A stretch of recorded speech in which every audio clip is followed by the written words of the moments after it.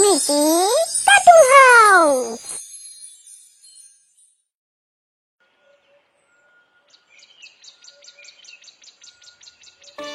অনেকদিন আগের কথা, হরিনগর গ্রামে বাস করত লতা আর তার পরিবার। লতার দুই ছেলে। ছেলেরা যখন খুব ছোট তখন লতার স্বামী মারা যায়। তাদের ছিল মাছের ব্যবসা। স্বামী মারা যাওয়ার পর লতা একাই অনেক কষ্টে সেই ব্যবসাকে বেশ খানিকটা বড় করে। ছেলেরা বড় হওয়ার পর লতা ছেলেদেরকে ব্যবসার সমস্ত কিছু বুঝিয়ে দিয়ে নিজে ব্যবসা থেকে অবসর নেয়। কিছুদিনের মধ্যে লতা দুই ছেলের বিয়েও দেয়। ছেলের বউদের নিয়ে লতার দিন ভালোই কাটছিল।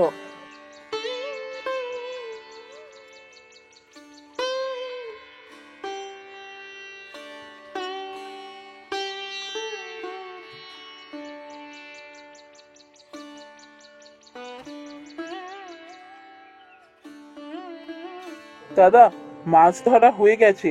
তুই এবার বাজারে যাবি তো? হ্যাঁ হ্যাঁ, বাজারে যাব। ঠিক আছে, তুই যা, আমি একটু পরে যাচ্ছি বাজারে।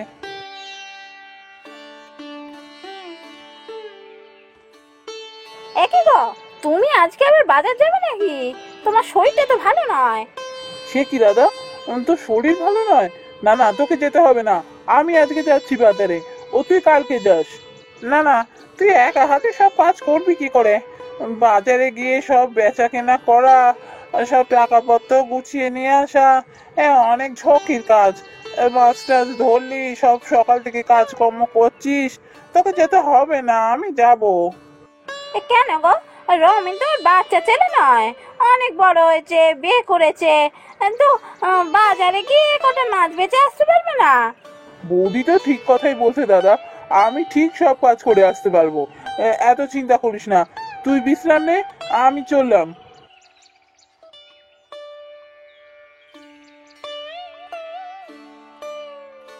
তোমায় নিয়ে আর পারি না। এত বোকা কেন তুমি? কেন, আমি আবার কি করলাম? আরে বাবা, একটা দিন যদি ভাইটাকে দিয়ে একটু খাটিয়ে নেওয়া যায়, শুধু শুধু তুমি কেন এত খাটতে যাবে বলো দেখি?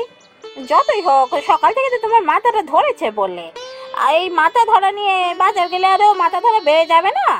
তা অবশ্য তুমি ঠিকই বলেছ। হ্যাঁ, রমেন তো আর বাচ্চা ছেলেটা নয়, অনেক বড় হয়েছে, ও এইসব কাজগুলো করতে পারবে ভালোই।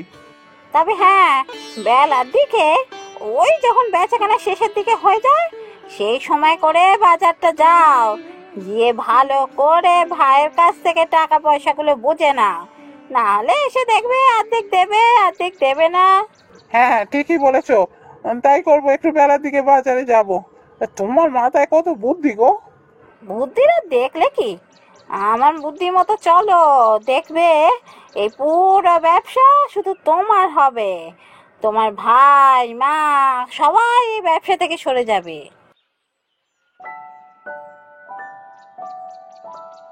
এর কিছুদিনের মধ্যেই লতা মারা যায়। লতা মারা যাওয়ার পর বড় ভাই আর বড় বৌদি ছোট ভাই আর ছোট বউকে বাড়ি থেকে তাড়ানোর জন্য একেবারে উঠে পড়ে লাগলো।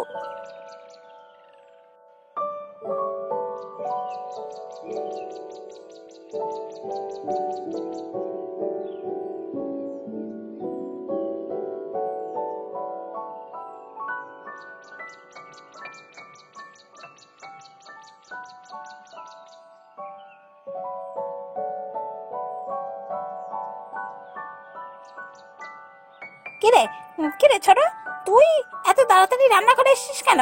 আমি তোকে বারণ করেছিলাম না?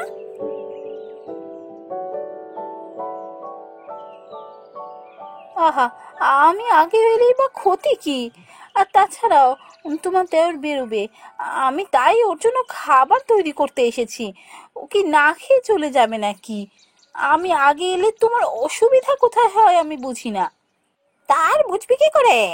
আমি কি বুঝি না তুই কেন আগে আসতে চাস? খাবারে এদিক ওদিক কিছু মিশিয়ে দিবি, দিয়ে আমাদের দুজনকে মারবি, তবেই তো সমস্ত সম্পত্তি ব্যবসা নিজের নামে করতে পারবি। আমি খুব ভালো করে বুঝি। এইসব তুমি কি বলছো? কি আবল তাবল বকছো? তোমার কি মাথা খারাপ হয়ে গেল? কি বললি? আমি পাগল? আমাকে তুই পাগল বললি? জানি তো আমাদের পাগল বানিয়ে এই বাড়ি থেকে বার করবি, আমি খুব ভালো করে বুঝি। এই শুনছো? দেখো দেখো দেখো, আমি বলেছিলাম তোমাকে আগেই, দেখো কি বলছে। কি হলোটা কি? এই সকাল সকাল এত চেঁচামেচি করছো কেন তোমরা? দেখো দেখো, তোমার আদরের ছোট ভাইয়ের বউ কি বলছে দেখো। বলছে আমি নাকি পাগল, আমাকে পাগল বলছে। সে কি? এত বড় সাহস তুমি পাগল বলছে? ভাই, এটা কিন্তু আমি সহ্য করবো না। তোরা কিন্তু দিন দিন বাড়ছিস। আমি পাগল বলিনি, কি সব উল্টোপাল্টা কথা বলছে। বলছে নাকি আমি আগে রান্নাঘরে এসে ওদের খাবারে বিষ মিশিয়ে দেবো। সেই জন্য আমি বলেছি এসব কি আজে বাজে বকছো। বিশ্বাস করো, আমি পাগল বলিনি। কি ব্যাপার বলো তো দাদা? শুধু শুধু প্রতিদিন তোমরা দুজন এরকম অশান্তি করো কেন? আমি জানি তোমরা দুজন আমাদের দুজনকে এই বাড়ি থেকে তাড়াতে চাও, তাই রোজ এমন অশান্তি করো। যতদিন মা বেঁচে ছিল করতে পারোনি, মা মারা যাওয়ার পর থেকেই শুরু করেছো। আমরা চলে গেলে এই ব্যবসা এই বাড়ি সব তো তোমরাই নেবে, সেই জন্য আমাদেরকে তাড়াতে চাও। কি বলি? তবে এত বড় কথা? ঠিক আছে, যখন বুঝেই গেছিস তাহলে বেরো না বাড়ি থেকে। আছিস কেন এখানে? ঠিক আছে, আমরা দুজন চলে যাচ্ছি। এই বাড়িতে এমন অশান্তিতে বাঁচার থেকে বাড়ি ছেড়ে বেরিয়ে গিয়ে যা হোক কিছু খেয়ে শান্তিতে বাঁচবো, অনেক ভালো।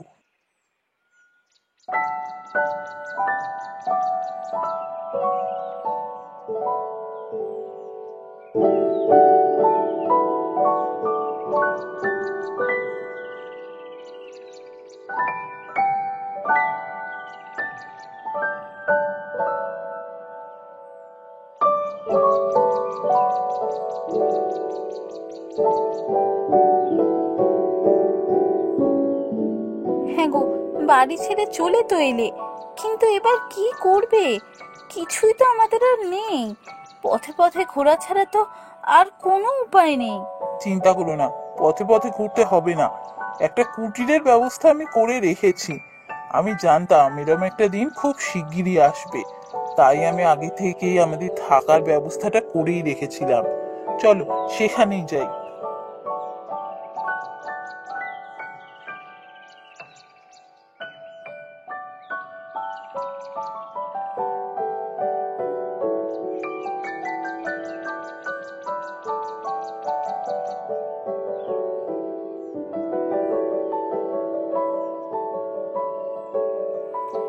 বাহ, কি সুন্দর কুটির! ভাগ্যিস তুমি আগের থেকে আঁচ করেছিলে। আমি কোনোদিন ভাবতেও পারিনি এমন একটা দিন আসবে। তুমি যদি আগে থেকে এমন একটা কুটির তৈরি করে না রাখতে, আজ আমাদের পথে পথে ঘুরতে হতো। মা মারা যাওয়ার পর থেকেই যেভাবে দাদা বৌদি অশান্তি শুরু করেছিল, আমি বুঝতেই পেরেছিলাম ব্যবসার বাড়ি থেকে আমাদের দুজনকে তাড়ানোর জন্যই এমন করছে। তাই ধীরে ধীরে সব ব্যবস্থা করে রেখেছি। চলো এবার ভেতরে চলো।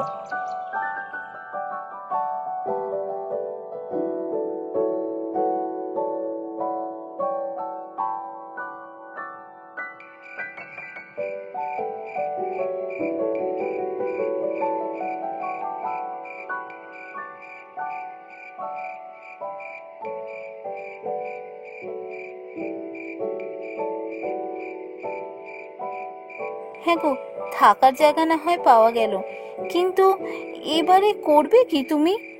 বাড়ির ব্যবসায়ী তো দেখতে, এবারে ব্যবসা ছাড়া তুমি করবেটা কি?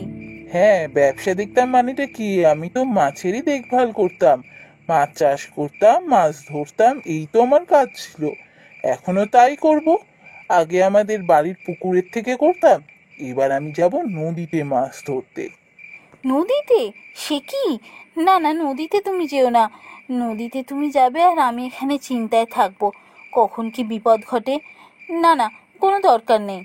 আরে এত ভয় পেও না, নদীতে কি আমি একা যাব নাকি? কত জেলে একসাথে প্রতিদিন মাঝ নদীতে মাছ ধরতে যাচ্ছে জানো? শুধু একটা গ্রাম নয়, দু তিনটে গ্রামের মাঝি জেলেরা একসাথে যায় মাছ ধরতে। তুমি এসব নিয়ে একদম চিন্তা করো না। সত্যি বলছো? ঠিক আছে, তাহলে সাবধানে তুমি থাকবে কেমন? আমি কিন্তু চিন্তায় থাকবো যতক্ষণ না তুমি বাড়ি ফিরবে। কোনো চিন্তা করো না, আমি মাছ ধরিয়ে বাজারে বেচে ঠিক সময় বাড়ি ফিরবো।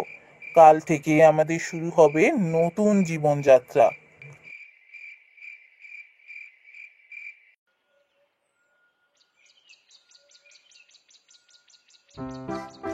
পরের দিন থেকেই রমেন নদীতে যাওয়া শুরু করলো মাছ ধরতে।